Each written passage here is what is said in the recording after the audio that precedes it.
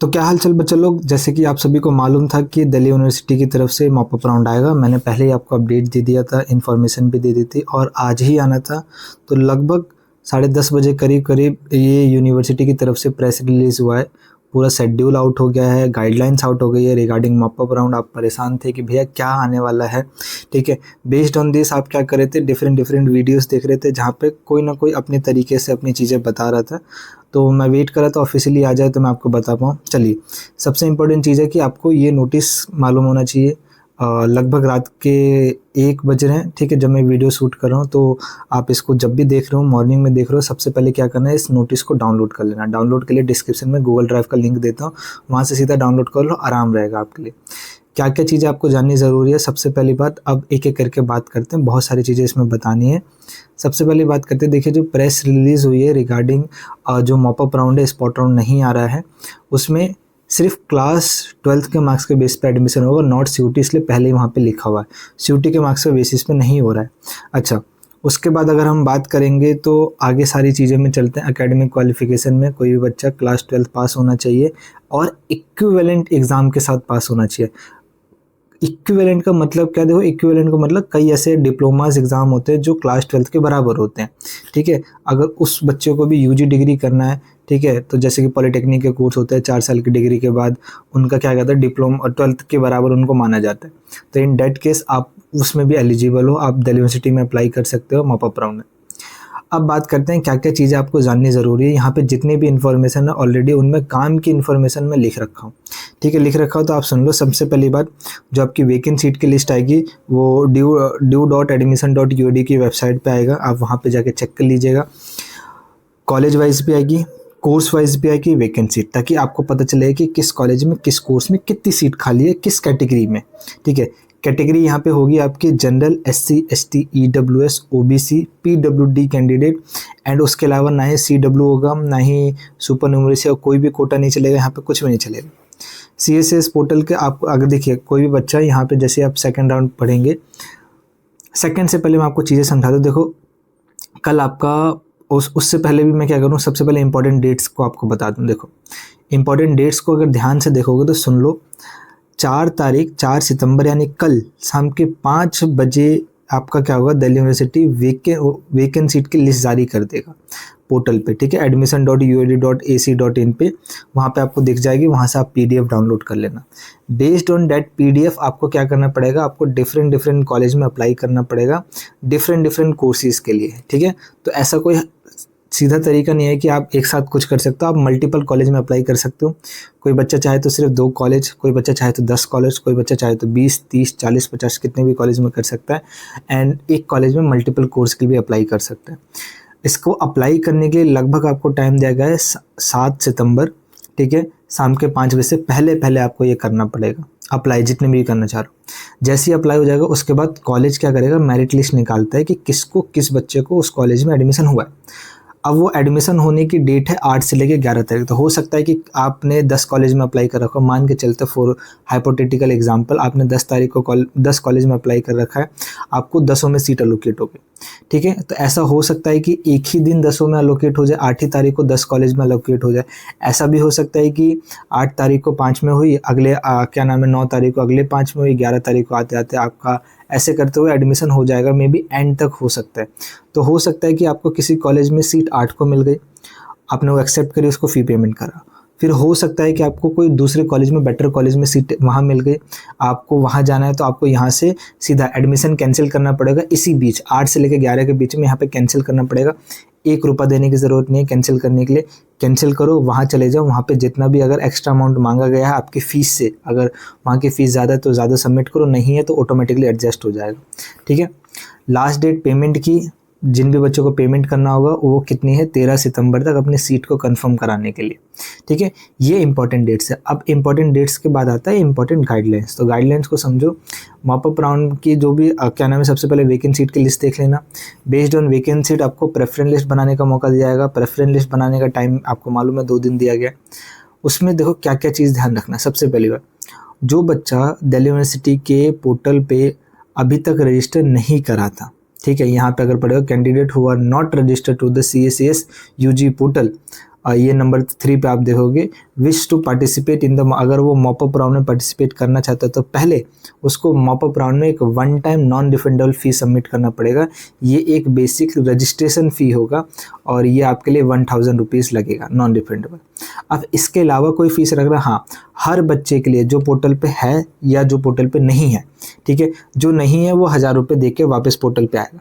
Portal पे आने के बाद आपको क्या करना पड़ेगा, CSS पोर्टल पे आने के बाद वहाँ पे आपको मॉपअप राउंड में जाने के लिए रजिस्ट्रेशन फ़ी देना पड़ेगा हर बच्चों को, ठीक है। कोई भी बच्चा हो जो चाहता है कि मॉपअप राउंड में पार्टिसिपेट करो, हर बच्चे को फ़ीस देना है।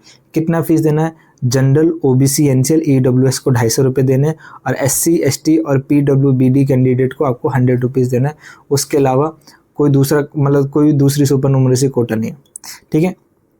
सेकेंड थिंग, अगर सेकेंड पॉइंट की बात करेंगे, ऑलरेडी रजिस्टर्ड कैंडिडेट उनको क्या करना है, जैसे अनाउंसमेंट हो जाएगा कल 4 तारीख को वैकेंट सीट की लिस्ट आ जाएगी, उसके बाद वो अपने पोर्टल पे based on the vacant seat आप डिफरेंट कॉलेज में डिफरेंट कोर्सेज के लिए अप्लाई कर सकते हैं, ठीक है। यहाँ पे कोई ऐसा रूल नहीं है कि आपको कि प्रेफरेंस बनाना है कि पर्टिकुलर कॉलेज की जाके आपको प्रेफरेंस बनाना है कि 5वें का मिला अपग्रेड होकर दूसरे नंबर का मिलेगा, नहीं। आप एक पर्टिकुलर कॉलेज में अपनी कोर्स वाइज अपनी प्रेफरेंस डाल दो, ठीक है। हर कॉलेज का अलग होगा, तो हर कॉलेज में कोर्स वाइज अपनी प्रेफरेंस डाल लो। हो सकता है कि उसी कॉलेज में आपको कोई कोर्स मिल जाए पहले एंड देन मे बी आगे जाके उसी डेट के अंदर में आपको कोई दूसरा कोर्स, बेटर कोर्स मिल जाए। हो सकता है कि आपको उस कॉलेज में भी सीट मिली है, किसी और कॉलेज में भी आपको सीट मिल जाए। इन डेट केस आप वहाँ से पैसा वहाँ शिफ्ट करा लेना, आराम से हो जाता है, इसमें कोई दिक्कत नहीं, ठीक है। 4th पॉइंट में लिखा है कुछ candidate who are already admit to any program any college of university are not, मतलब सिंपल सी बात है, मॉपअप राउंड में पार्टिसिपेट होने की इकलौती कंडीशन ये है, सेकंड पॉइंट में लिखा है कि इकलौता ऐसा बच्चा जो मॉपअप राउंड 4 तारीख शाम के 5 बजे से स्टार्ट हो रहा है, इससे पहले आपके पास कोई सीट नहीं होनी चाहिए यूनिवर्सिटी के पास। यानी मॉपअप राउंड में पार्टिसिपेट करते समय आपके पास 0 सीट होनी चाहिए। इसका कहने का मतलब तात्पर्य यही है कि आपको सीट नहीं मिली है, आप एलिजिबल हो मॉपअप में, इतना फ़ीस देना पड़ेगा रजिस्ट्रेशन। आपको सीट मिली तो आपने विड्रॉल ले लिया, आप एलिजिबल हो। आपको किसी भी राउट में सीट मिली थी, आपने विड्रॉल ले लिया, आप एलिजिबल हो। उसके अलावा आपका फॉर्म दिल्ली विश्वविद्यालय ने लिया था, किसी न किसी कारण से रिजेक्ट कर दिया था, या आपको अपग्रेड होकर कोई कॉलेज मिला था, उसका फ़ीस आपने सबमिट नहीं करा था, इन डेट केस आप एलिजिबल हो मॉपअप राउंड पार्टिसिपेट करने के लिए। रजिस्ट्रेशन फ़ीस कैटेगरी वाइज आपको यहाँ पे दिख रही है, वो देखना पड़ेगा। एक ऐसा बच्चा जो अभी तक रजिस्टर नहीं करा है वो मॉपअप में रजिस्टर कर सकता है, 1000 रुपये देने की ज़रूरत है। उसके अलावा एक ऐसा बच्चा जिसने CUT एग्ज़ाम नहीं दिया, उसका कोई लेना देना नहीं है, वो भी पार्टिसिपेट कर सकता है मॉपअप राउंड। तो अच्छी बात ये है कि एक ऐसा बच्चा जो CUT देना भूल गया वो क्या कर सकता है, मॉपअप राउंड के थ्रू जा सकता है आराम से। अब यहाँ पे बात कर लेते हैं कुछ जो 5वें नंबर पे कुछ काम की चीज़ें छोटी मोटी, ठीक है। आपको कैंडिडेट को क्या करना है, अपनी जो भी पर्सनल डिटेल है जो ऑलरेडी रजिस्टर है बच्चा, उसको एडिट करनी है। अपनी पर्सनल डिटेल जो रजिस्टर नहीं है वो अपनी सारी की सारी पर्सनल डिटेल खुद से डालेगा। यानी आप डॉक्यूमेंट ठीक कर सकते हैं, अपनी इन्फॉर्मेशन ठीक कर सकते हैं, सब्जेक्ट मैपिंग ठीक कर सकते हैं। सब्जेक्ट मैपिंग की आपको ज़रूरत नहीं होगी। उसके अलावा आपको क्लास 12 पास होना ज़रूरी है, और जो भी आप मार्क्स भर रहे हैं उसको ध्यान से भरना, ठीक है। जो भी आपको डॉक्यूमेंट अपलोड करने हैं वो मतलब कैटेगरी कोई डॉक्यूमेंट अपलोड कर रहे हो, क्लास 12 के मार्क्स अपलोड करो, अच्छे से डॉक्यूमेंट को अपलोड करना। उसके अलावा डी पॉइंट पे लिखा है choose the program and the college refer to the vacancy of the seat. हाँ, उसी हिसाब से चूज़ करो जिसमें सीटें वैकेंट हो, ठीक है। 6 नंबर पे candidate must ensure the document uploaded the valid, no admission shall be the guaranteed and then, ठीक है। सिंपल सी बात है। 6 और 7 पे ये बोल रहा है कि 6 नंबर पे ये बोल रहा है कि जो भी बच्चा जिस भी कैटेगरी से अप्लाई कर रहा है, चाहे आप OBC से हो, EWS से हो, SC से हो, ST से हो, PWBD से हो, आपके पास कैटेगरी सर्टिफिकेट प्रॉपर वैलिड होना चाहिए। कोई ऐसा नहीं है कि भैया अभी आने में टाइम है, मैं एक अंडरटेकन दे देता हूँ, अंडरटेकन ये एक्सेप्ट नहीं करने वाले। उसके अलावा आपके पास कोई एफिडेविट भी एक्सेप्ट नहीं करने वाले। तो ये डॉक्यूमेंट अगर कैटेगरी से जा रहे हो तो डॉक्यूमेंट पूरे लेके आना। Second thing, super numeracy quota नहीं है, 7 में PW वाले आ रहे हैं, ठीक है। ये अब लास्ट इंपॉर्टेंट चीज़ है, इस चीज़ को समझना कि आपके पास कोई भी सीट मॉपअप राउंड स्टार्ट होने से पहले नहीं है, उस समय तक नहीं है, आप एलिजिबल हो। आपको स्पॉट राउंड में कोई ऐसी सीट मिली है जिसको आप छोड़ के मॉपअप में जाना सकते हो, जा सकते हो, विड्रॉ ले लो, चले जाओ। समस्या बस वहाँ पे आएगी जहाँ पे आपको ये सोचना पड़ेगा कि आपके पास ऑलरेडी एक सीट है, मैं छोड़ के मॉपअप में जाता हूँ, अगर मेरे को मॉपअप में सीट नहीं मिलती है इन डेट केस, तो फिर आपको घर बैठना पड़ेगा। ठीक है, यहाँ पे समस्या आएगी। तो उस छोड़ने के लिए मैं बस उन्हीं बच्चों को कहूँगा जिनको कोर्स गलत मिल गया, कोर्स बहुत ख़राब मिल गया, अगर करियर उसमें दिख नहीं रहा, अच्छा नहीं लग रहा, कुछ भी प्रॉब्लम हो सकता है, तभी आप विड्रॉ लेके इधर आओ मॉपअप में, क्योंकि एट द एंड वो कोर्स आप पढ़ नहीं पाओगे तो और उसमें करियर भी नहीं बना पाओगे तो 1 साल बाद छोड़ ही दोगे। तो इससे बढ़िया इधर आके रिस्क ले लो, वो बेटर है। सेकेंड थिंग, अगर आपका कॉलेज भले कितना बेकार है, कोर्स ठीक ठाक है, कोर्स आपके मनपसंद का, नापसंद का भी हो चलेगा, लेकिन ठीक होना चाहिए। ठीक है तो आपको विड्रॉल नहीं लेना चाहिए, ये मेरी एडवाइस आपके लिए। चलिए, उसके अलावा ये आपके लिए कुछ इंपॉर्टेंस है, वो जानना ज़रूरी है। ठीक है, पहली क्या है, upon receiving the application the college will check the minimum eligibility, program specific eligibility, program in which general aptitude is considered as part of eligibility, best for including one language will be considered, category, document and other file seat in the bulletin information। Simple सी बात है, कहना चाहिए चाह रहे हैं कि आपको कोई भी सीट एलोकेट हो जाती है, उसके बाद वो पर्टिकुलर कॉलेज चेक करता है कि आप एलिजिबल हो कि नहीं हो। अगर आप एलिजिबल होते हो तब उस कॉलेज में आपके तरफ से अप्रूव कर दिया जाता है, अप्रूव करने के बाद फ़ी पेमेंट का लिंक जनरेट हो जाएगा। ठीक है, अच्छा, सबसे बड़ा सवाल यही है कि भैया जो आपके मार्क्स है वो कैसे कैलकुलेट होंगे, कितने सब्जेक्ट होंगे, वो भी बताने वाला, ध्यान से सुनना। सेकेंड पॉइंट पे चलते हैं, the college will the short listed the candidate from Monday को शॉर्ट लिस्टेड करेगा शाम के 5 बजे के बाद। इसमें भी 2 चीज़ हैं, अगर टाई ब्रेक हो जाता है क्लास 12 के मार्क्स के बेसिस पे, तो इन डेट केस हम 10th के मार्क्स को कंसिडर करेंगे, CUT को नहीं, पहले समझ लो। 10th के मार्क्स को कंसिडर करेंगे, अगर 10th का भी नहीं होता देन इन डेट केस हम एज को कंसिडर करेंगे। Vacancy publish by the universities, हाँ वैकेंसीज हो जाएगी publish. Third point is the candidate may gate multiple application at the time simultaneously, candidate can give her acceptation to more than one। Simple सी बात है, एक ऐसा बच्चा जिसने 10 कॉलेज में अप्लाई करा था, 10 कोर्सेज के लिए अप्लाई करा था, वो चाहो तो 10 को एक्सेप्ट कर सकता है। अगर मान लो उसको 10 में से 8 कॉलेज और 8 कोर्स में सीट मिल गई है, वो 8 की 8 एक्सेप्ट कर ले। जैसे ही एक्सेप्ट करेगा उसके बाद अप्रूवल के लिए जाएगा। ठीक है, वो अप्रूवल के लिए जाएगा, अगर अप्रूव हो जाता है देन इन डेट केस आपके पास पेमेंट लिंक जनरेट होगी। ठीक है, पेमेंट लिंक जनरेट होगी, पेमेंट लिंक जनरेट होने के बाद आपको उस किसी एक सीट पे पेमेंट करना पड़ेगा। जैसे ही आप एक सीट पे पेमेंट करते हैं, बाकी सारी की सारी से आपका क्या हो जाएगा, और जो भी आपको ऑफर मिला है वो एक्सपायर ख़त्म हो जाएंगे। ठीक है, लगभग आपके पास पेमेंट लिंक 2 दिन तक जनरेट रहेगा, 2 दिन के बाद आपका जो ऑफर लेटर है वो समाप्त हो जाएगा। ठीक है, second thing, in case of candidate have taken admission in the mop up round and later he received the another allocation and he may switch the new allocation by the cancelling the existing admission. In such a case the candidate will have to submit the differential fee if any within the 2 days of the receiving the approval of new allocation। Simple सी बात है, मान लो एक ऐसा बच्चा है जिसको 8 तारीख को कोई सीट मिला फॉर एग्जांपल। ठीक है, 8 को सीट मिला, उसने सीट को एक्सेप्ट करा, वहाँ पे पेमेंट लिंक आया, पेमेंट में पेमेंट कर दिया। अब 8 को ना मिलके किसी तीसरे कॉलेज में उसको 10 तारीख को एक नई सीट अलोकेट हुई जो बेटर थी। इन डेट केस वो बच्चा क्या कर सकता है, वो जो सीट जहाँ पे उसने फ़ी पेमेंट करी है वहाँ से क्या नाम है एडमिशन कैंसिल कराए और नई वाली सीट को एक्सेप्ट करके वहाँ फ़ी पेमेंट कर दे। अब एडमिशन कराने का क्या एक भी पैसा नहीं लगेगा, कोई पैसा नहीं लगेगा। ठीक, आप आराम से अप्लाई कर सकते हैं। वहाँ पे बस ये होगा कि आप जैसे एडमिशन कैंसिल करेंगे, आपका जो भी अमाउंट है वो नए वाले कॉलेज में चले जाएगा।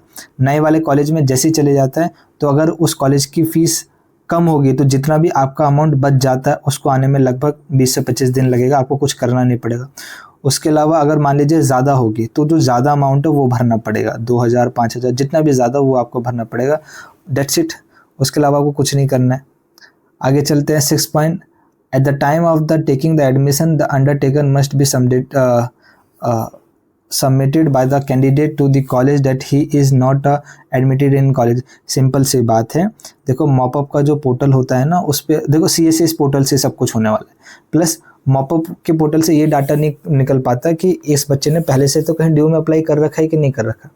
अगर कर रखा होता तो CSS पोर्टल होता, CSS पोर्टल पे वहाँ पे दिखाता है कि सीट मिल रखी है, अपग्रेड होके ये मिला, या फिर विड्रॉ ले लिया देन अप्लाई कर रहे हो, तो वहाँ पे एक अंडरटेकन आपसे ले लेते हैं कि आपके पास कोई कॉलेज नहीं है। इन केस बाद में जाके इंक्वायरी पे पता चल जाए तो यार इस बच्चे के पास ऑलरेडी कोई कॉलेज था और वहाँ से उसने विड्रॉ नहीं लिया और मॉपअप में सीट मिल गई, तो आपको एडमिशन कैंसिल कर देंगे। ठीक है, admission to the mop up round are the only through the portal ugadmission.ued.ac.in।